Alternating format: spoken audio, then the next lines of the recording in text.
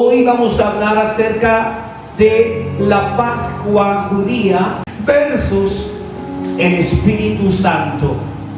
No podemos sacar al Espíritu Santo de acá hasta que todos seamos llenos de ese fuego. Vamos a seguir conectando palabras, pero el Espíritu Santo es aquí. La primera cita que tengo para usted, el libro que leeremos será Éxodo, y el capítulo será el capítulo 16. Aconteció al tercer día por la mañana que hubo truenos, relámpagos, y una enorme nube apareció sobre el monte, y hubo un sonido de trompeta fuerte en gran manera, de modo que se estremeció todo el pueblo que se encontraba en el campamento. Una señal evidente a la cual ni usted ni yo estamos acostumbrados, y les aseguro que ellos, los israelitas, tampoco estaban acostumbrados a esto.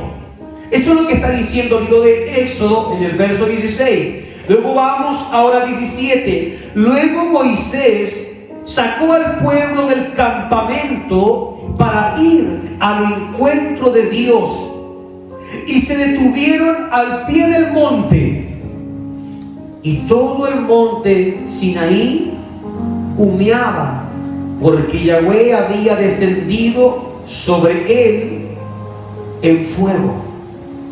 ¿De qué manera descendió? En fuego.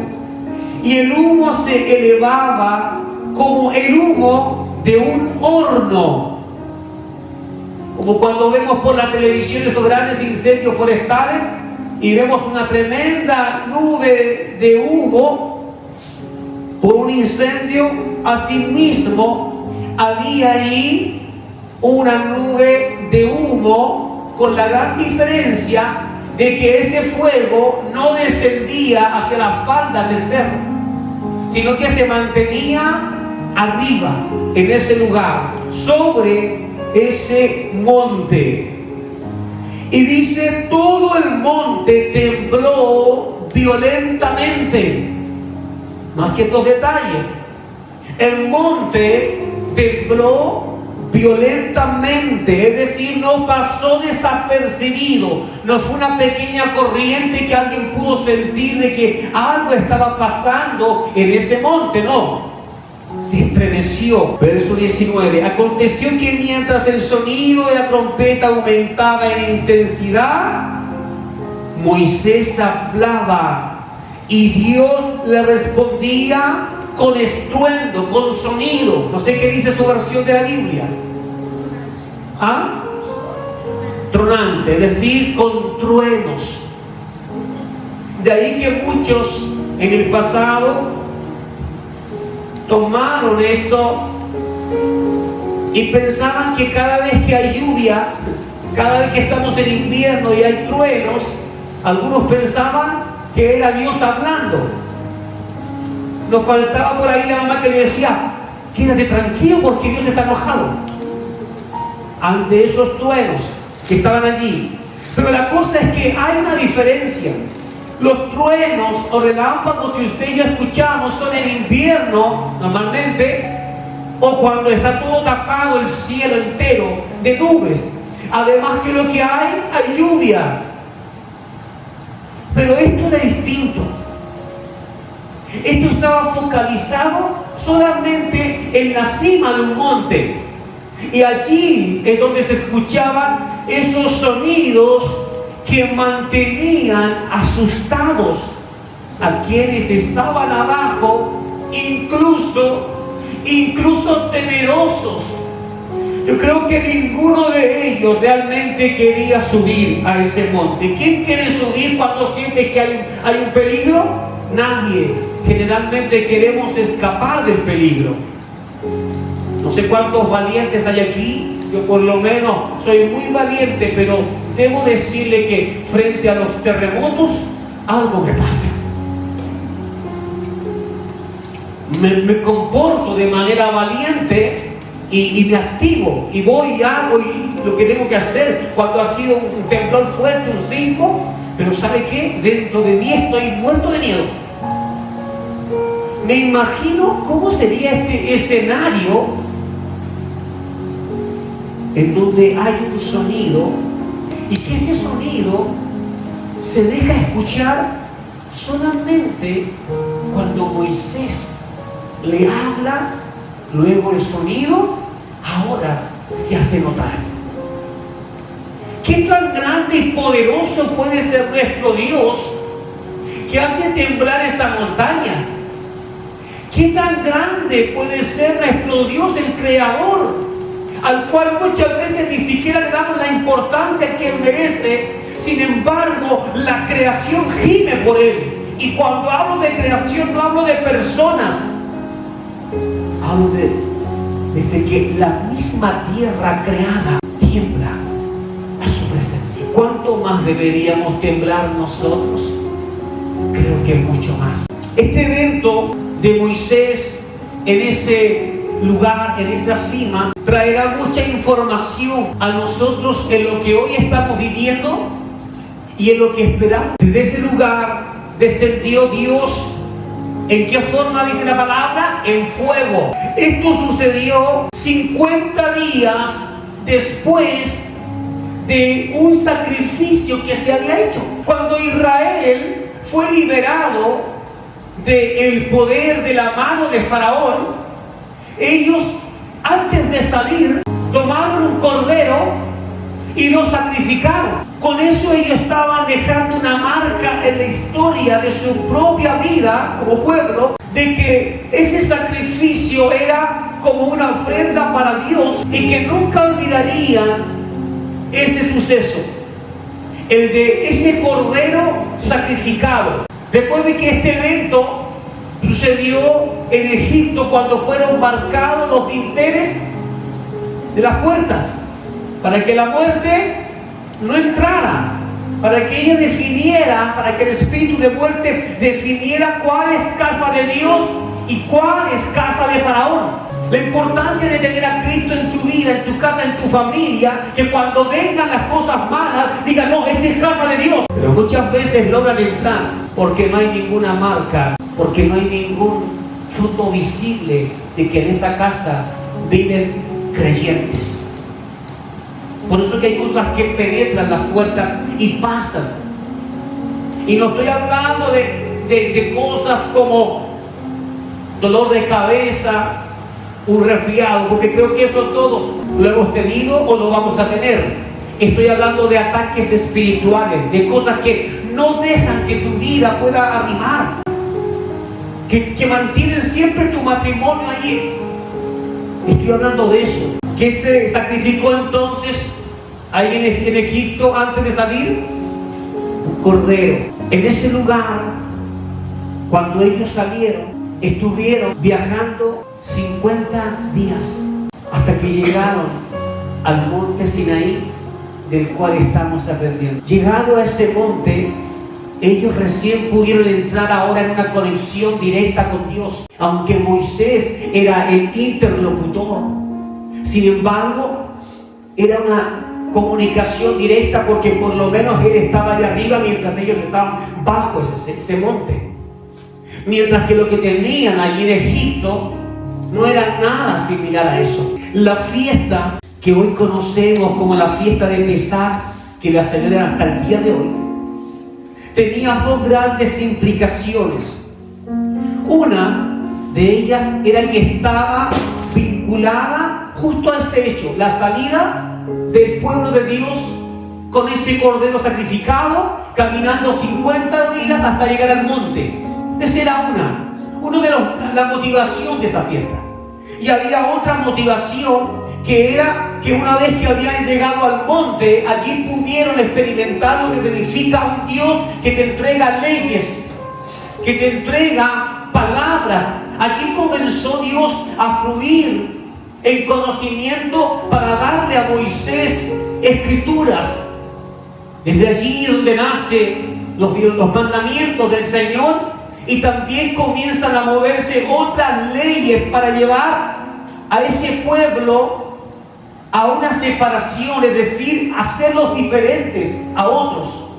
Y por medio de todas estas escrituras que fueron siendo reveladas desde ese monte a través de un líder llamado Moisés, es que se construyeron entonces en los corazones de ellos un motivo más para celebrar, y es haber recibido el Pentateuco, es decir, los 5 primeros libros de la Biblia, la Torá.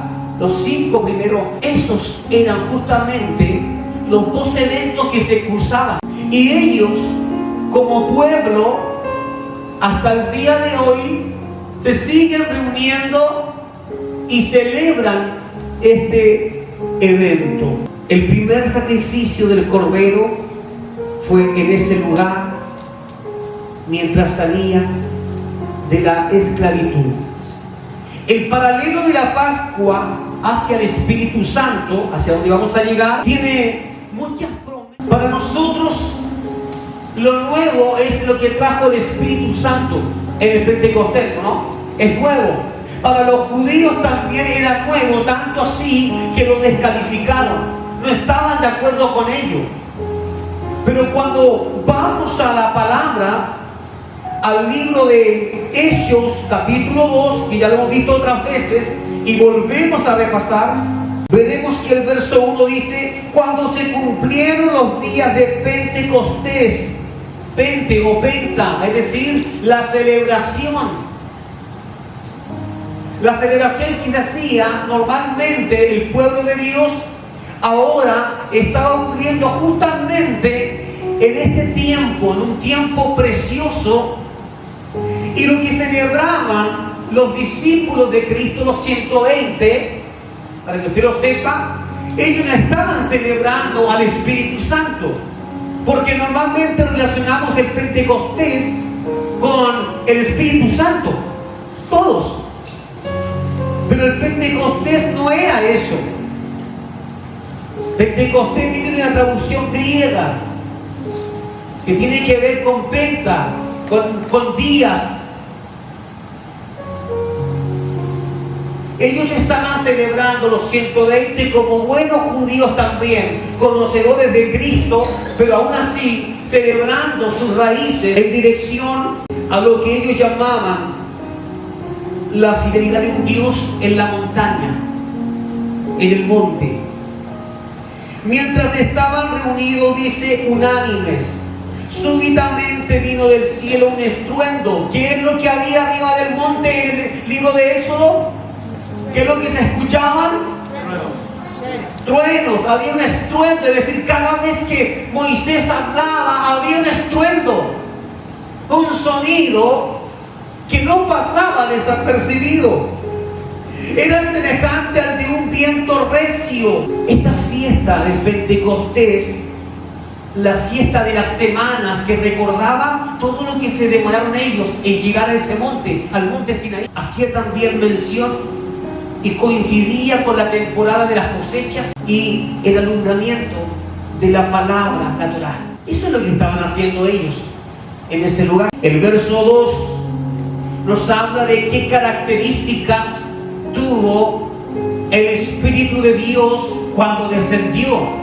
Y cuando comprendemos estas características, parece que realmente estamos hablando del mismo Dios que estaba en el monte Sinaí.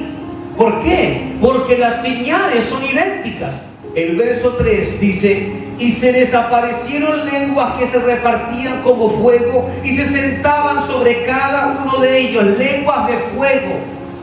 Otra vez aparece la palabra fuego, lo mismo que hubo en el monte cuando Dios se manifestó ante Moisés. El mismo Dios que dijo: dile al pueblo que ni siquiera se atrevan a acercarse a la montaña, porque si llegan a entrar en contacto con ella, morirán. Es tanto el poder de Dios para llenar una montaña, no solamente arriba, completa una montaña. Incluso le dijo: ten cuidado hasta que los animales no se vayan a acercar. ¿Me creería usted si yo le digo que el poder del Espíritu Santo ¿Es eso mismo que estamos leyendo ahí? ¿Me creería usted que el libro de Éxodo está hablando del Espíritu de Dios descendiendo a la montaña y provocando todo esto? Y ahora, en el Pentecostés, muchos años después, celebrando algo que ni siquiera tenía que ver con el Espíritu Santo mentalmente, de acuerdo a sus conocimientos.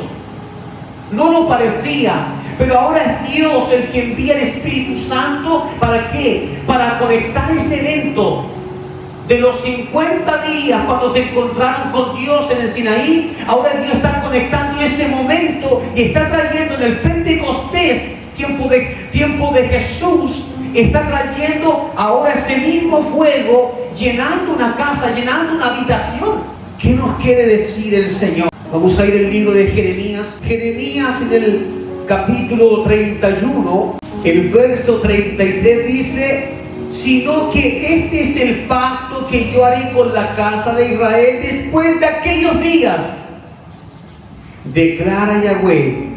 Pondré mi ley dentro de ellos y sobre sus corazones la escribiré, y yo seré su Dios y ellos serán mi pueblo. Esto que estamos leyendo es lo que estaba pasando en el Pentecostés. La llenura del Espíritu Santo estaba trayendo lo que antes trajo para ser escrito en piedras, ahora estaba descendiendo de la misma manera en fuego, pero para escribir ¿en dónde? En el corazón. Cuando el fuego descendía, significaba que Dios ha aprobado que este altar que tú hiciste, Matías, este altar que tú preparaste, ¿cómo saber si Dios está de acuerdo? Si ese altar no tiene pecado. Porque Dios envía una señal de ¿qué cosa? De fuego. Y con eso sabíamos que el altar fue construido de buena forma, con lo mejor, o fue santificado. ¿Por qué? Porque Dios sí decidió bajar. En el Pentecostés Dios está haciendo lo mismo. Está bajando un fuego a un altar distinto, al corazón del hombre, de la mujer que estaba allí. ¿Para qué? Para anunciarles: yo ahora también he aceptado este altar como mío, para vivir en él. Por eso no es cosa poca cuando hablamos de que el Espíritu Santo está en mí. A veces lo decimos tan livianamente: yo creo que el Espíritu Santo está en mí. Yo creo que sí, tan livianamente, cuando para Dios eso significa mucho más. Para Dios, descender con su Espíritu y habernos marcado y escogido significa lo que antes dice en una piedra muerta. ¿Recuerdan que incluso Moisés las quebró cuando se molestó? ¿Y qué le costó eso? 40 días más de ayuno. Y otra vez para reescribir eso. Ahora Dios dice: quiero escribir en vuestros corazones, es decir, mis pensamientos, lo que yo quiero que tú hagas, las cosas que a mí me gustan. Quiero que las escribas, pero ya no en una piedra, ya no en un papel, sino en tu corazón. Porque todo lo que está escrito en el corazón, de eso hablará ¿qué cosa? Nuestra boca. ¿Cómo sabemos que alguien ha recibido el Espíritu Santo? Porque hay evidencia.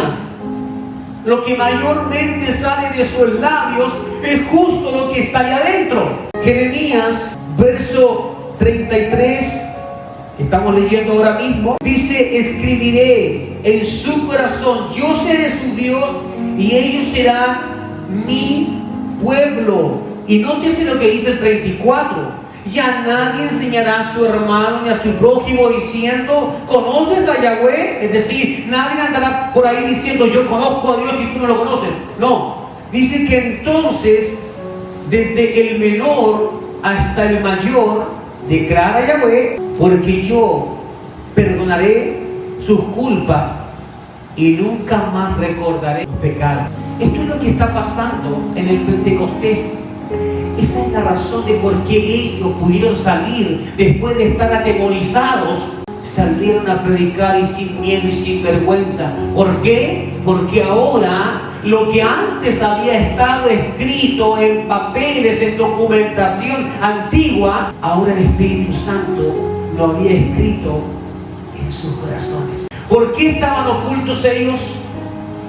El miedo, el terror, y además porque por ahí estaba corriendo el rumor de que la tumba de Cristo estaba vacía, porque vinieron los discípulos y ellos robaron su cuerpo para ofrecer un espectáculo de un milagro que no existe. Es así como intentaron lidiar con esto, con Cristo, sacar todo lo que Él había dicho, profetizado. Querían removerlo y comenzaron. Y dice la palabra que ellos hablaron incluso con los soldados romanos que estaban custodiando el lugar y que les dieron platita y les dijeron: esto es lo que ustedes van a decir.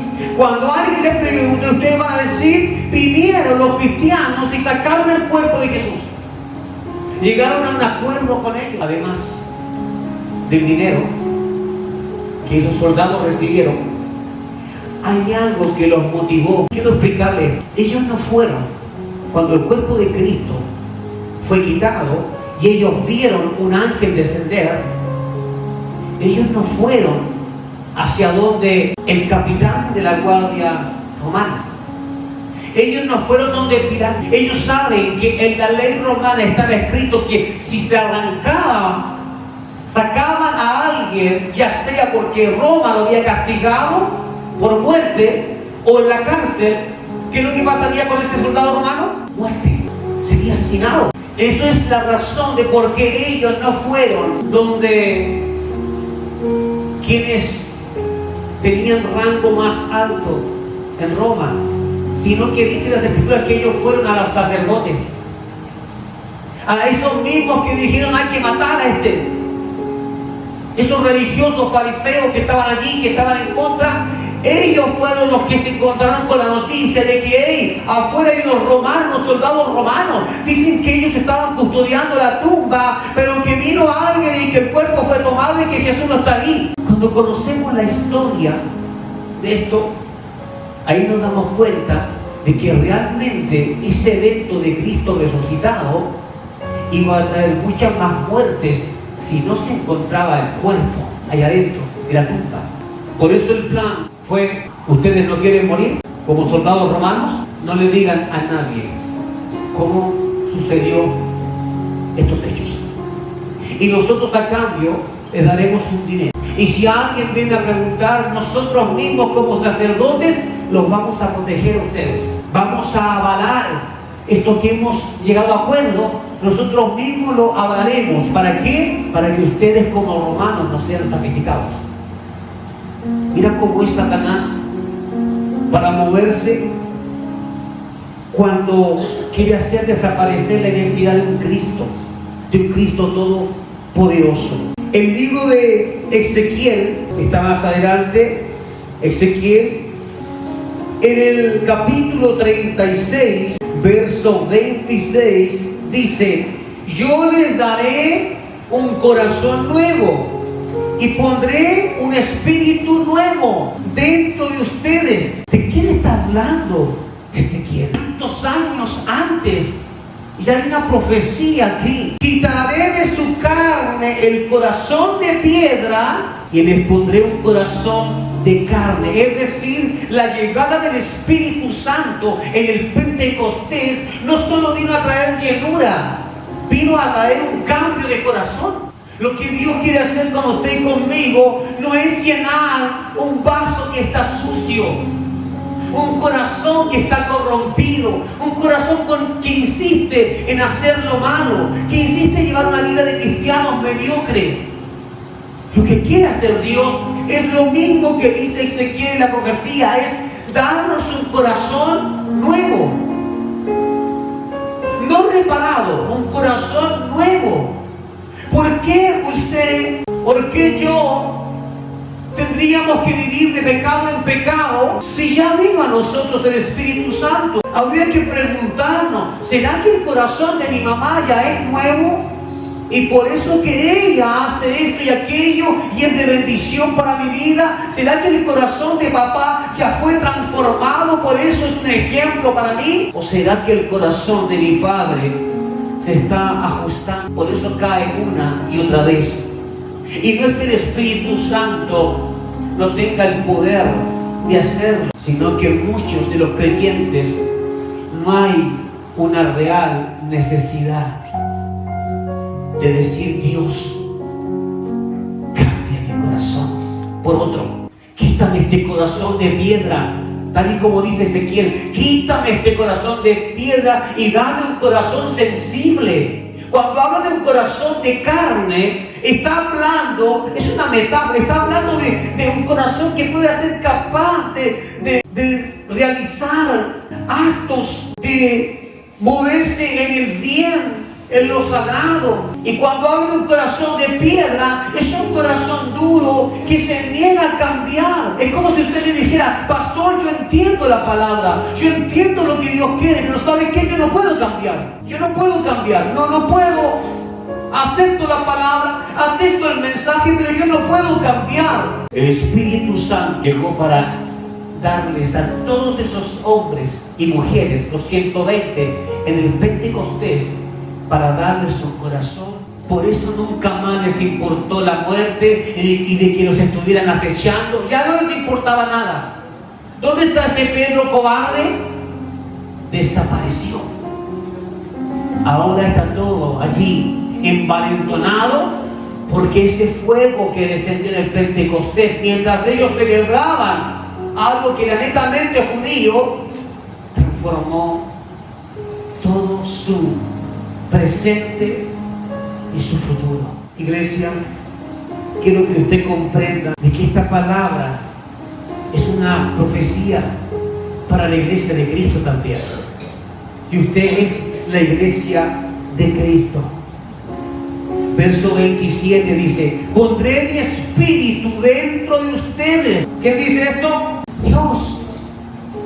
Y haré que anden según mis mandamientos, según lo que yo les digo, según mis instrucciones. Guardarán mis ordenanzas y las pondrán por obra. ¿Qué tuvo que suceder entonces? ¿Qué tiene que suceder en usted y en mí para poder realmente ser obedientes a Dios? Para caminar en sus ordenanzas, para respetar cada una de esas cosas que Dios me insiste en que debo dejar. ¿Qué tiene que ocurrir?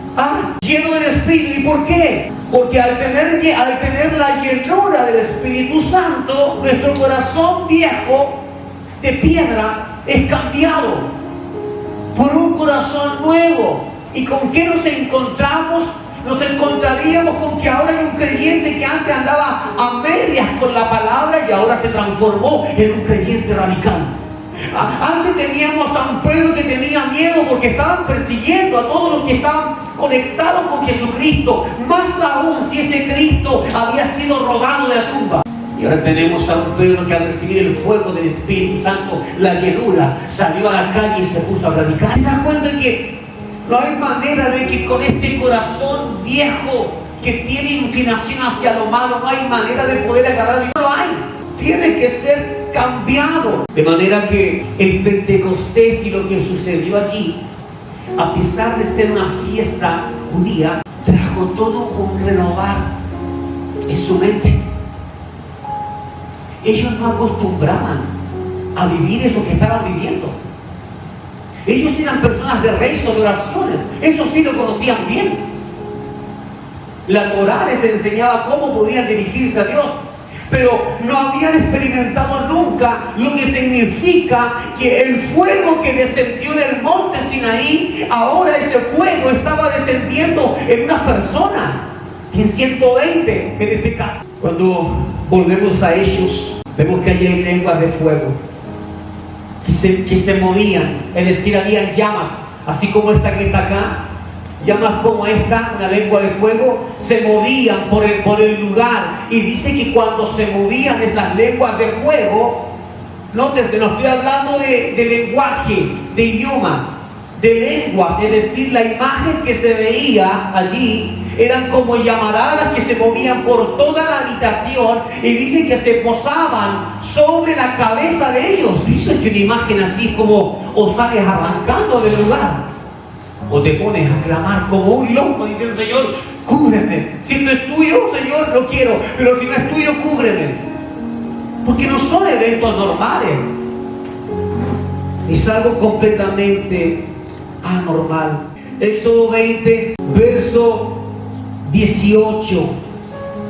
Todo el pueblo se daba cuenta de los truenos, de los relámpagos, del sonido de la trompeta y del monte que humeaba.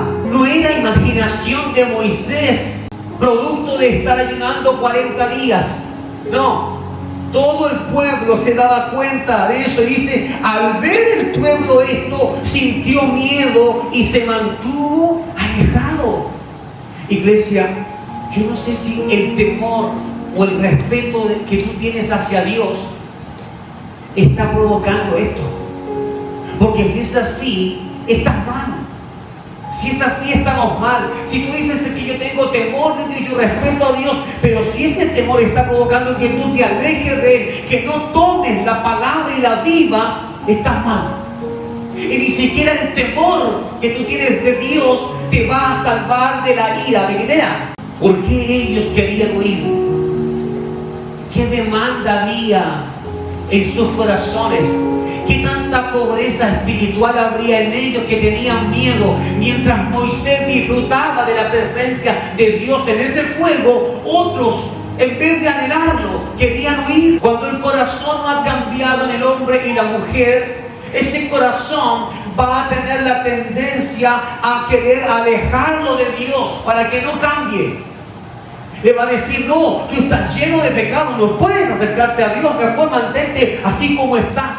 Cuando el Espíritu de Dios desciende a una mujer, a un hombre, a un joven, a un niño, ya no está ese miedo. Hay un temor reverente de respeto, pero no de miedo. Al contrario, te quieres acercar a Él, quieres cambiar más tu vida, quieres hacer su voluntad, te gustaría, y pasas soñando con que, ¿qué sucedería, Señor, si tú un día vienes por la noche y me llenas con tu presencia? Señor, por favor, envíame un sueño, dame una visión, Señor, hay algún don para mí. Eso es lo que pasa con alguien que su corazón ya está transformándose. Mas el que no tiene un corazón que ha sido cambiado a estas cosas, las llama locuras, tonteras. O puede existir un miedo: es que como no estoy dispuesto a abandonar mi pecado, mejor me mantengo a cierta distancia porque sé que Dios es poderoso. Si hizo temblar la tremenda montaña, mejor de lejitos. Iglesia, el consejo para usted, aun cuando tenga temor de Dios, aun cuando sepa que su vida todavía está en pecado, anhele la presencia de Dios. Acérquese.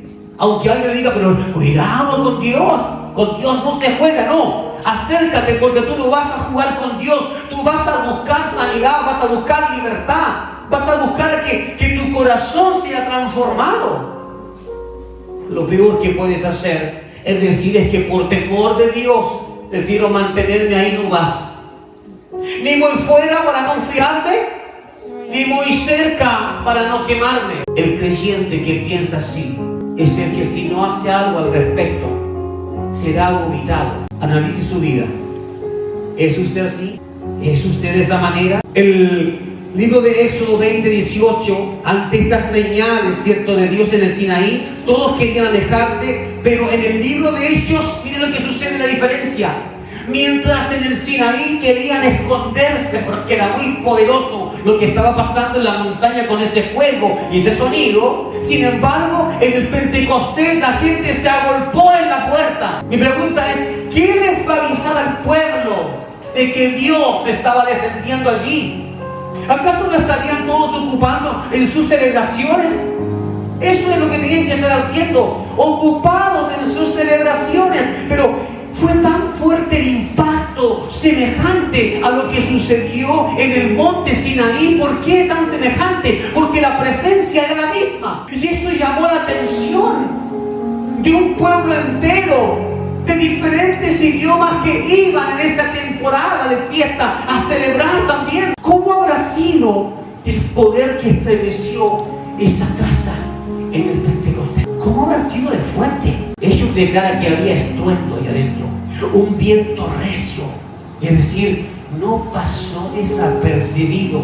La gente no solo vino porque escuchó que hablaban en su idioma, no. Tú puedes hablar en un idioma distinto, pero no creo que el que está a 20, 30 metros de allá va a escuchar tu idioma. Tiene que haber algo más grande que lo atrae. Cuando el Espíritu de Dios descendió, yo les puedo asegurar que fue visible a toda la manzana alrededor de esa casa. Y se dice, según los historiadores como Josefo, de que esa casa pudo ser la misma casa, la casa de la madre de Marcos. La misma casa en donde Cristo dijo, vayan y digan, el maestro ha mandado a que preparen un lugar porque Él va a cenar. ¿Recuerdan esa historia? Y ellos simplemente fueron y se encontraron con una persona y le dijeron exactamente, y Él dijo, la casa está lista, pasen. Y ellos entraron y prepararon la mesa. ¿Por qué digo esto? Porque para tener 120 personas en una casa, tiene que ser muy grande. ¿Cuánto caen en mi casa? 15. Y apretado, 20 si ponemos ahora en la escala, como pajaritos. Pero esta casa era tan grande porque esas personas eran cristianos, pero tenían recursos. Entonces, ¿hay cristianos que pueden tener recursos y ser verdaderos? Sí los hay. Los hay. ¿Está viendo conmigo esta historia? El viento recio, según la traducción del arameo, porque para que usted lo sepa, lo que se hablaba en ese tiempo no era hebreo, se hablaba arameo. En la diáspora habían vuelto todos hablando el idioma arameo porque era el idioma siriaco. Y como habían estado cautivos allá, pasaron varias generaciones que murieron, y los que llegaron ahora, llegaron hablando ese idioma. Entonces, aún Jesús hablaba arameo. ¿Qué es lo que significa viento recio? Cuando vemos la traducción al arameo, y créanme que estuve buscando esto, significa que es un viento poderoso y violento. Eso es lo que significa en arameo la palabra. Usted puede decir viento recio y seguramente entró un viento que movió, no sé, movió las cortinas. No. Dice que fue un viento, según la traducción aramea, en lo real, dice que fue un viento violento, estremeció. Yo me imagino cómo tiene que... Por algo se llenaron también de miedo muchos. Por algo compararon este hecho como al mismo hecho del libro de Éxodo, cuando estaban ante la montaña de fuego que descendió allí. Es exactamente lo mismo que descendió en él. Creo que Dios tuvo que incluso bajar un poquito la intensidad, porque de lo contrario, ante su presencia todos hubieran muerto. Pero ¿qué hizo que ellos no murieran? Que sus corazones fueron cambiados. Por lo tanto, ahora el contacto, cuando un corazón ha sido cambiado por Dios, ahora no hay problema en tener contacto con Dios, con lo espiritual. Ya no corres peligro. Porque del corazón salen los malos deseos, los homicidios, las contiendas. Entonces, cuando tu corazón es nuevo y no hay eso, no tengas miedo de meterte en profundidad con el Espíritu Santo para que Él haga milagros en tu vida, para que Él toque tus órganos vitales incluso. Ya no puedes tener miedo, porque el Espíritu Santo no solo viene, sino que también ordena la casa.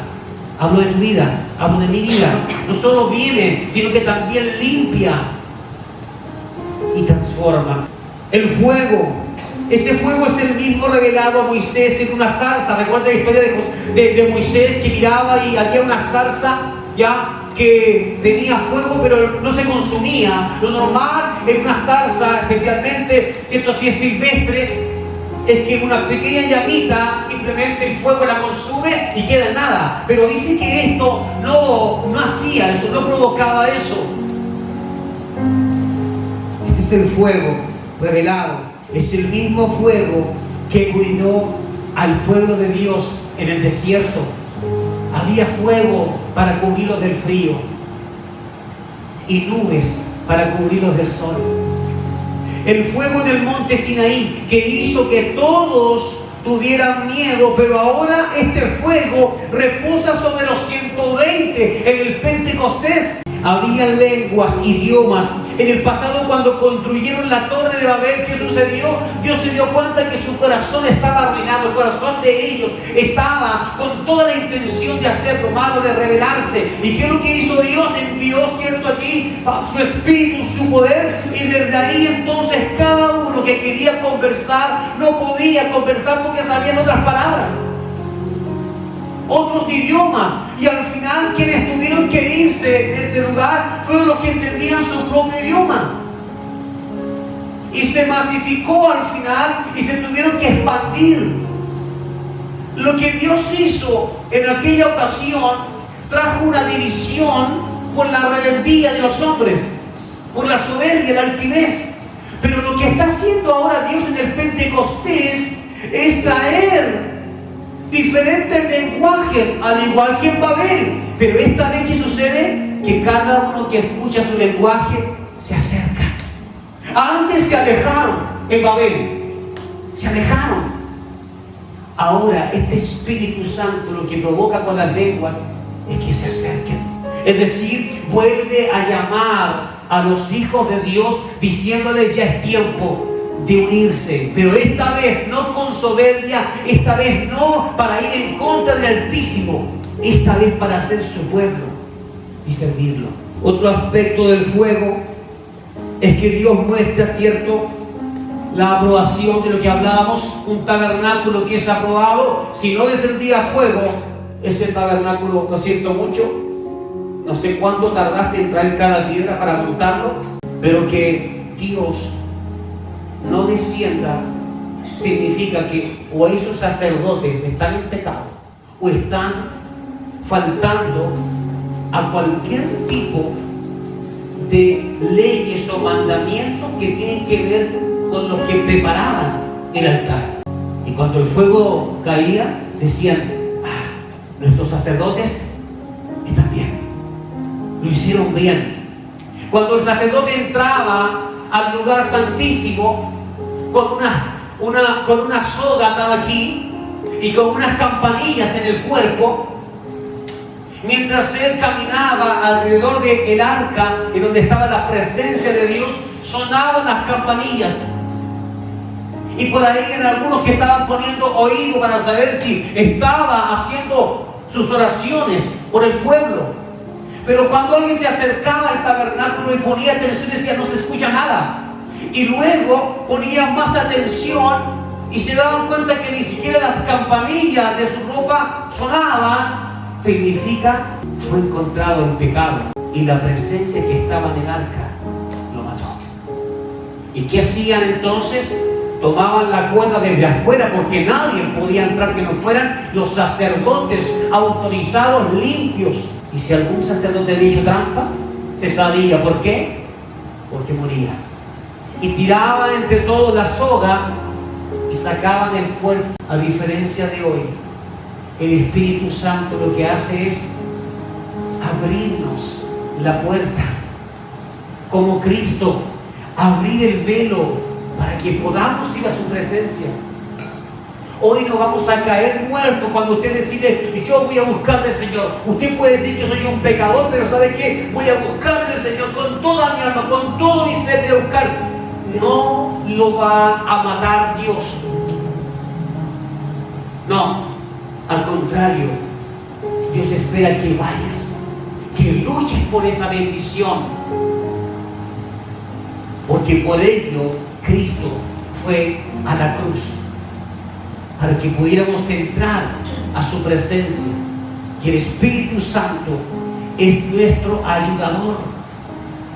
Él nos mueve a hacer cosas como esta. Todas estas señales unidas que representan el estruendo, el fuego, el viento recio, las lenguas que aparecieron sobre ellos, representan la gloria de un Dios que, aunque es invisible a nuestros ojos naturales, sin embargo las evidencias de su poder se pueden palpar. Pero solo Moisés podía estar cerca de ¿quién? De esa gloria. La resurrección de Cristo nos ha justificado a nosotros ahora y podemos pedir: Señor, lléname de tu Espíritu Santo. ¿Por qué? Porque tal y como en el pasado, ellos para celebrar la libertad mataron un cordero, ahora resulta que en la misma fiesta de Pascua aparece un Jesús que ya se había dado a conocer ante muchos con señales, con prodigios, con milagros. El mismo que decía: destruyan este cuerpo y al tercer día resucitará. Ese es el Cristo que aparece ahora en esas fiestas también, en la fiesta de Pascua, haciendo entonces memoria de que así como un día el pueblo asesinó a un cordero porque consiguió su libertad al salir de Egipto, ahora es Cristo diciendo: yo vengo para que también a mí me asesinen, me sacrifiquen, porque yo quiero conseguir una libertad que ustedes no conocen, la libertad del pecado, la libertad para entrar a lo eterno. Tenía que ser otra vez. Antes se consiguió para libertad física, salir de la esclavitud de un faraón que te oprime. Ahora la diferencia que Cristo dice: ya no tienes un faraón como ese, pero yo vengo a ser el cordero propicio para conseguir la libertad del pecado que te tiene encadenado. Y aunque no todos podían entender esto, sin embargo, esa fecha, ¿crees que fue una coincidencia que Cristo llegara justo a esa fecha? Cuando se celebraba el sacrificio de ese cordero al salir de Egipto. Cristo llegó justo en ese momento de celebración para decir: esta vez yo seré el sacrificio para que puedas obtener libertad total de esas cadenas. Entiende ahora cómo todo está. Si la historia pudiera doblarse, curvarse entre lo antiguo y lo nuevo, al doblarlo como una hoja, todos los eventos coincidirían, lo nuevo con lo viejo. ¿En quién? En Cristo Jesús. Nada de eso fue una coincidencia. Los hijos son justificados y ahora pueden tener acceso a la gloria de Dios en el aposento alto. ¿Qué representa el aposento alto? ¿Usted cree que fue todo así? El aposento alto es la representación del monte Sinaí, donde descendió la gloria. Por eso que no podía ser en cualquier lugar. Ahora pueden ser llenos de ese poder. Se trata de que el Espíritu Santo de Dios está allí. El mismo Espíritu que habitó en el arca del pacto. Ese Espíritu de Dios ante el cual si alguien en pecado lo tocaba y moría, tocaba el arca siquiera moría, ahora estaba descendiendo en la celebración de la libertad del pueblo de Dios. Ese es el Cristo. Tuvieron a Dios mismo con ellos. Dios mismo estaba con ellos. Sin embargo, lo tomaron, lo golpearon, lo escupieron, lo mataron. El portador de la salvación, el cordero que iba a hacer posible la libertad del pecado, ¿cómo recibió el pago? Con muerte. Pero aunque ellos no sabían, Jesús dijo: Padre, perdónalos. No saben lo que hacen. Es decir, ellos, sin saberlo, están cumpliendo la profecía. Matar al ungido, al Emanuel. ¿Cuándo ocurrió esto por primera vez? Ya lo sabemos. La primera vez fue en ese monte, 50 días después de haber salido de Egipto. Cuando Jesús muere, Él estuvo haciendo apariciones, ¿sabes cuánto tiempo? 40 días.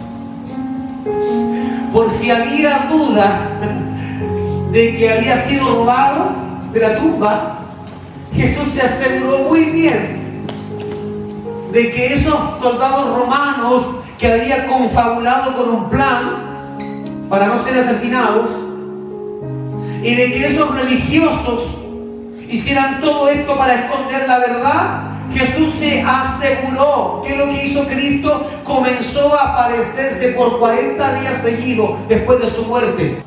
¿Sabía eso usted? 40 días haciendo apariciones. En lo mejor conversando y atraviesa la pared Jesús. Hola, Shalom, ¿cómo están? Dos hombres caminando, camino a Emaús, ahí, y diciendo, pucha, que fome lo que pasó con el maestro, que fome lo que pasó con él. Y llega un tercer hombre. ¿Y quién era? Cristo, Jesús. Se apareció a 120, a 70. Si menciono cada cita bíblica, nos quedamos un buen rato más. Solamente para poner evidencia de que Cristo se aseguró de que no siguieran pensando de que su cuerpo había sido robado, sino que se dieran cuenta que Él cumple sus promesas. Y si Él dijo, el tercer día mi Padre me resucitará, voy a mostrarle de que mi Padre sí lo hizo. Y se manifestó. Todo se resume a este relato. Un pueblo conmemorando una salida de la esclavitud, y después de 40 días Jesús asciende al cielo, al reino del Padre, y les dijo, no se vayan de Jerusalén. 40 días, ¿para qué? ¿Por qué 40 días? ¿A quién tenía que sanar Jesús? A Pedro, a todos los discípulos que salieron corriendo a esconderse. Esos 40 días de Cristo apareciendo fueron para decir, ya, si ya pasó, Pedro, ya lo hiciste mal, si ya me negaste, lo que espero es que me digas si me amas o no. Y así con cada uno de sus discípulos. Tomás, el incrédulo, toca mis heridas, mete tu dedo aquí para que te des cuenta que fue real. Aquí están las cicatrices. Esos 40 días fueron para afirmar el carácter de estos hombres y mujeres, que ya no eran solamente 12, ahora eran 120. 120 personas que estaban siendo afirmadas para que cuando salieran a testificar, luego de que llegara la promesa, ellos no tuvieran la duda de decir, ¿y de qué vamos a hablar si el maestro murió? ¿De qué vamos a hablar si su cuerpo fue robado de la tumba? No, Él se aseguró en 40 días de dejar certeza, convicción de que Él estaba vivo, que era el Rey Todopoderoso. Y dice que se fue, y estaban ellos en la espera de la fiesta del Pentecostés, Penta, 50. Mientras ellos esperaban eso, pasaron 10 días, y el día 50 fue cuando descendió el Espíritu Santo y transformó sus vidas y cambiaron para siempre. ¿Cuánto tiempo llevas esperando la llenura del Espíritu Santo? Menos que ellos, más que ellos. ¿Lo estás haciendo con el mismo sentido de pasión que ellos tenían? ¿O simplemente estás esperando que si Dios quiere llenarme, que Él me quiere? Si Dios quiere darme un don, que me lo dé. ¿O estás ferviente? ¿Estás pidiendo un corazón nuevo? ¿O estás diciendo, Señor, no quiero un corazón nuevo, quiero que arregles un poquito el que tengo, quiero que lo hermosees un poco? Y Dios dice, yo quiero hacer todo nuevo en tu vida. Lo que antes significó un cordero, un animal, ahora el Hijo del Dios viviente tomando este lugar. En este escenario es el que se encuentra el pueblo judío celebrando una fiesta, y se encontraron con que el invitado que llega a esa fiesta era el mismo Dios, para llenar sus mentes, sus corazones, ser transformados, para darle nuevas lenguas, para repartir dones entre todos. El fuego que hizo huir a muchos de la presencia del Señor por el miedo, ahora está llenando una gran habitación, y todos están siendo llenos de ese fuego. Hubo un hombre que dijo, ¿y qué impide que yo sea bautizado? ¿Recuerdan quién fue? El etíope. Nada impide. La cosa es que de él salió, de sus labios salió la palabra. ¿Y qué impide que yo hoy sea bautizado? Fue alguien que manifestó una presión sobre él. Tienes que bautizarte. No. ¿Qué impide?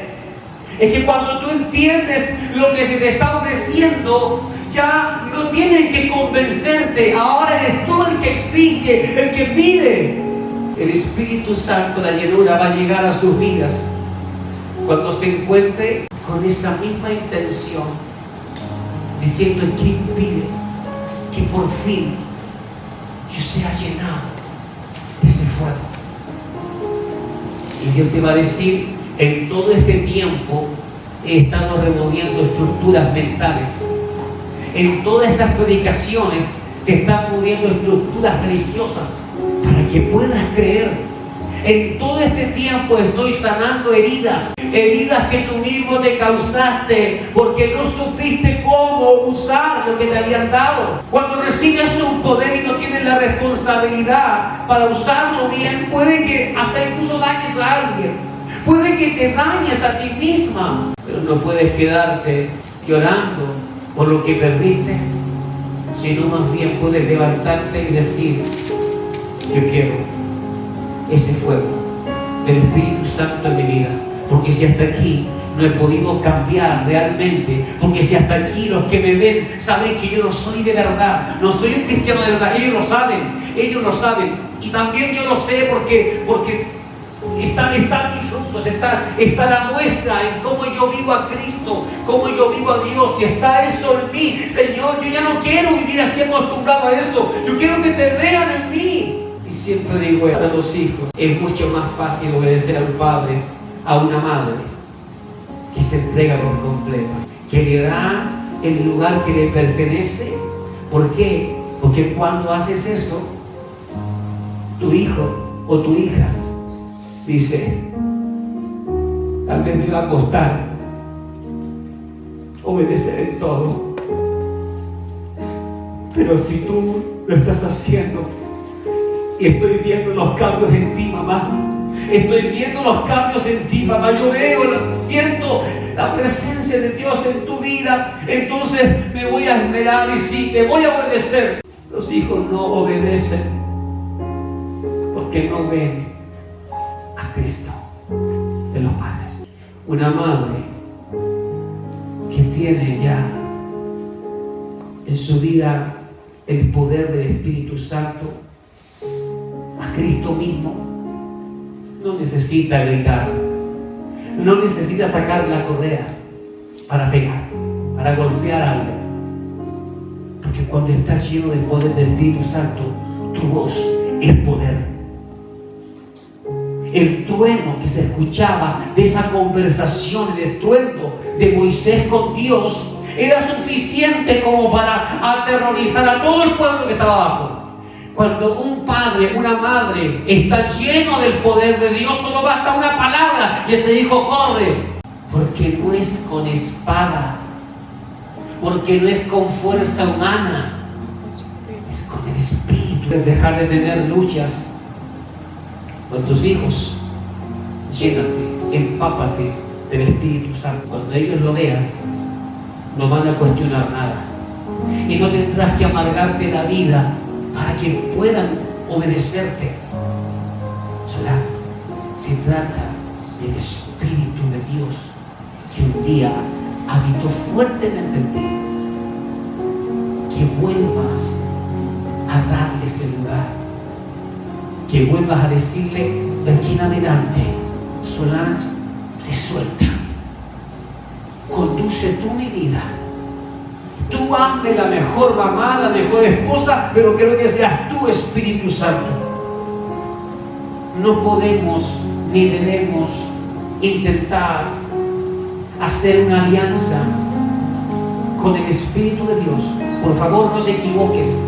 No se trata de que esto lo hacemos juntos, ¿ah? Espíritu Santo, tú das ideas, yo también doy las mías. No, aquí o es todo o nada.